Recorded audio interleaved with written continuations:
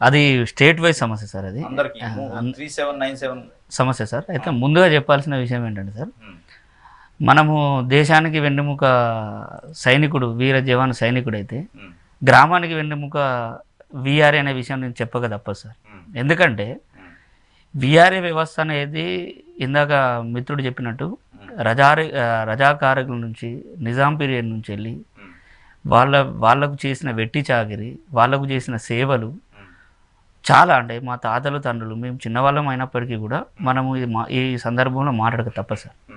ఎందుకంటే ఒక గ్రామానికి ఒక కలెక్టర్ వచ్చిన, ఒక గ్రామానికి ఒక ఎమ్మెల్యే గారు వచ్చిన, సార్ సార్ ఒక చిన్న అయితే ప్రతి విషయానికి ఇక్కడ ఒక పాయింట్ మిస్ అయింది.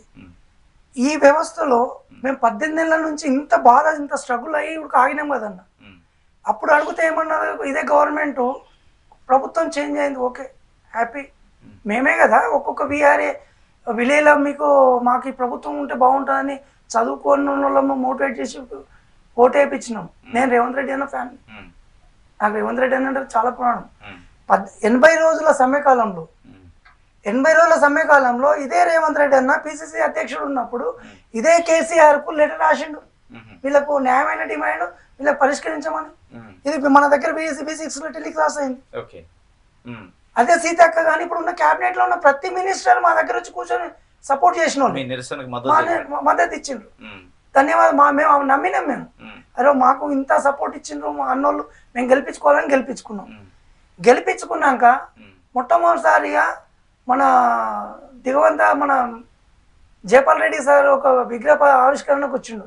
రేవంత్ రెడ్డి అని మన కల్లకుర్తికి వచ్చిండు, మా జిల్లా బిడ్డ ముద్దు బిడ్డ అని వచ్చినాం. ఇదిగోండి, నేనే స్వయంగా వెళ్ళి నేను వినతి పత్రం ఇచ్చిన. చూసిండు, చదువుకున్నాడు. దానికెళ్ళి మెసేజ్లు పెట్టిరు మాకు, ఏది సీఎం ఆఫీస్ నుంచి రిసీవ్డ్ ఫ్రమ్ అప్లికేషన్ అని సో అండ్ సో వ్యక్తి అదని మాకు ఒక మెసేజ్ వచ్చింది. మా అన్న దగ్గరికి వెళ్ళింది సమస్య పరిష్కారం అవుతుంది అనుకున్నాం, ఇప్పటికీ లేదు. ఇదొక భాగం. అయితే పొంగులేటి శ్రీనివాసరావు దగ్గరికి వెళ్ళినాం అనేక సార్లు సందర్భాలు. ఒక్క సందర్భంలో చూపిస్తాం. పొంగులేటి శ్రీనివాసరావు దగ్గరికి వెళ్తే, రెవెన్యూ మినిస్టర్ దగ్గరికి వెళ్తే ఈ పేపర్ తీసుకొని ఇట్లా ఇంకిస్తున్నాడు. అసలు సమస్య ఏంటి, అసలు మీ సమస్య సాల్వ్ అవుతుందా కాదా, మరి మీకు ఎందుకు జీవో ఇచ్చింది, దీని గురించి ఒక్క సెకండ్ కూడా టైం ఇవ్వట్లేదు. ఈ రోజు కన్నా అక్కడ నుంచి 18 ఏళ్ళ నుంచి మా యొక్క తండ్రులు ఒక 400 మంది ఇప్పటివరకు చనిపోయారు జీవో వచ్చినప్పటి నుండి. ఇప్పుడు నాలాగా స్ట్రగుల్ పడుతూ నాలాంటి వారసులు ఒక 40 మంది సూసైడ్ చేసుకుని చచ్చిపోయారు. ఈ అప్పుల బాధ, పోషణ ఇదంతా లేకుండా, ఇదంతా వాళ్ళకు అంటే లీడ్ చేయలేకపోతున్నారు ఫ్యామిలీని, సూసైడ్ చేసుకొని చనిపోయారు. తదనంతరం మేము ఎప్పుడు పోయి రికమెండేషన్ ఇవ్వాలన్నా కూడా సార్ బిజీగా ఉన్నాడు, సార్ టైం ఇవ్వడు. ఒక్క 2 నిమిషాలు ఇట్లా పోతే మనం పేపర్ ఇవ్వడానికి పోవాలి, ఈ పేపర్ చూసేది లేదు, ఆయన చదివే లేదు, పరిష్కారం అయ్యేది. ఇప్పుడు దీంట్లో లీగల్ పాయింట్ ఉందా, లీగల్ కోర్టుకు పోవడానికి అట్లేదా మీకు? అన్న ఇక్కడ కోర్టుకు పోవాలన్నా మళ్ళీ ఇంప్లిమెంటేషన్ ఎక్కడ రావాలన్నా మేమేమడుగుతున్నాం ప్రభుత్వం అంటే లీగల్ పాయింట్ కాదు. ఆ గవర్నమెంట్ జీవో ఇచ్చింది కానీ ఇంప్లిమెంట్ చేసింది ఎవరు? ఇదే ప్రజాపాలన ప్రభుత్వమే కదా. జీవో నెంబర్ 81 జనవరి 22 తారీఖు 2024లో మీరే కదా ఇంప్లిమెంట్ చేసి అందరికి పేస్కేలు ఇచ్చి ఐడీలు ఇచ్చిన వాళ్ళు. మరి 16,797 మందికి లేని లీగల్ ఇష్యూస్ 3,700 మందికి ఎందుకు వచ్చింది అంటే బడ్జెట్ లేదని ఒక మాట చెప్తారు, పోస్టింగ్ లేదని చెప్తారు, ఫైనాన్షియల్ అప్రూవల్ వచ్చింది అంటున్నారు. అవును, అప్రూవల్ ఉన్నది కానీ వీళ్ళు చెప్పే మాటలు మేము మినిస్టర్ని అడిగితే చెప్తున్నాడు బడ్జెట్ లేదని చెప్తున్నావు.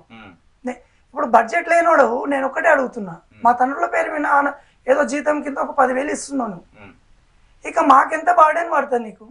మహా అయితే ఒక 600 మంది డిగ్రీ అయినా వాళ్ళకు ఒక 20,000 30,000 ఒక తలుగొచ్చు, ఒక తిప్పి కొడితే మొత్తం కొడితే నెలకు ఒక 1,00,00,00,000 ఎక్కువ బడ్జెట్ కావచ్చు.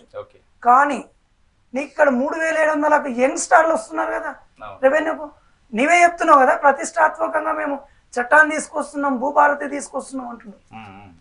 ఒకరొకరికి నాకు ఒక 10 సంవత్సరాల సర్వీస్ ఉంది, అంటే సర్వీస్ మీన్స్ ఇల్లీగల్ గా మాకు అనుభవం ఉంది అందులో కంప్లీట్. ఇప్పుడు మిత్రుడు సర్వేయర్గా సివిల్ ఇంజనీరింగ్ చేసి సర్వేయర్గా పనిచేస్తున్నాడు. నాలాంటి వ్యక్తులు ఒక 600 మంది మంచి క్వాలిఫైడ్ ఉన్నారు. నేను ఎంఎస్సీ చేసిన ఇక మేము ఇంతకంటే నీకు క్వాలిఫైడ్ ఏం కావాలి? అవును. నీకు బడ్జెట్ లేదంటున్నావు. నిజంగానే నీకు చిత్తశుద్ధి ఉంటే తెలంగాణ రాష్ట్రం మీద బడ్జెట్ నీవు కంట్రోల్ చేసుకోవాలంటే ఒక్క వ్యక్తిని నువ్వు రిక్రూట్మెంట్ చేయాలంటే 30,000 ఇవ్వాలి. మమ్మల్ని రిక్రూట్ చేస్తే 20,000 ఇవ్వాలి కదా. ఇప్పుడు ఓకే. మేము 30,000 అడగట్లేదు, మాకు ఆల్రెడీ 10,000 ఇస్తున్నావు, ఇంకొక 20,000 ఇవ్వు.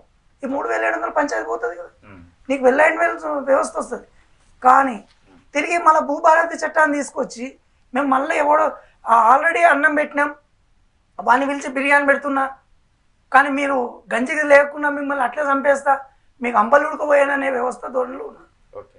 రేవంత్ రెడ్డి అన్న నేను 2 సార్లు మేము వేరే మాకున్న పరిచయాలతో మేము నార్కన్ జిల్లా వాసి మేము చెప్తే వింటాడని చెప్పేసి మేము వేరే దగ్గర చెప్పిస్తే పర్సనల్గా చెప్పిండు పొంగులేటికి.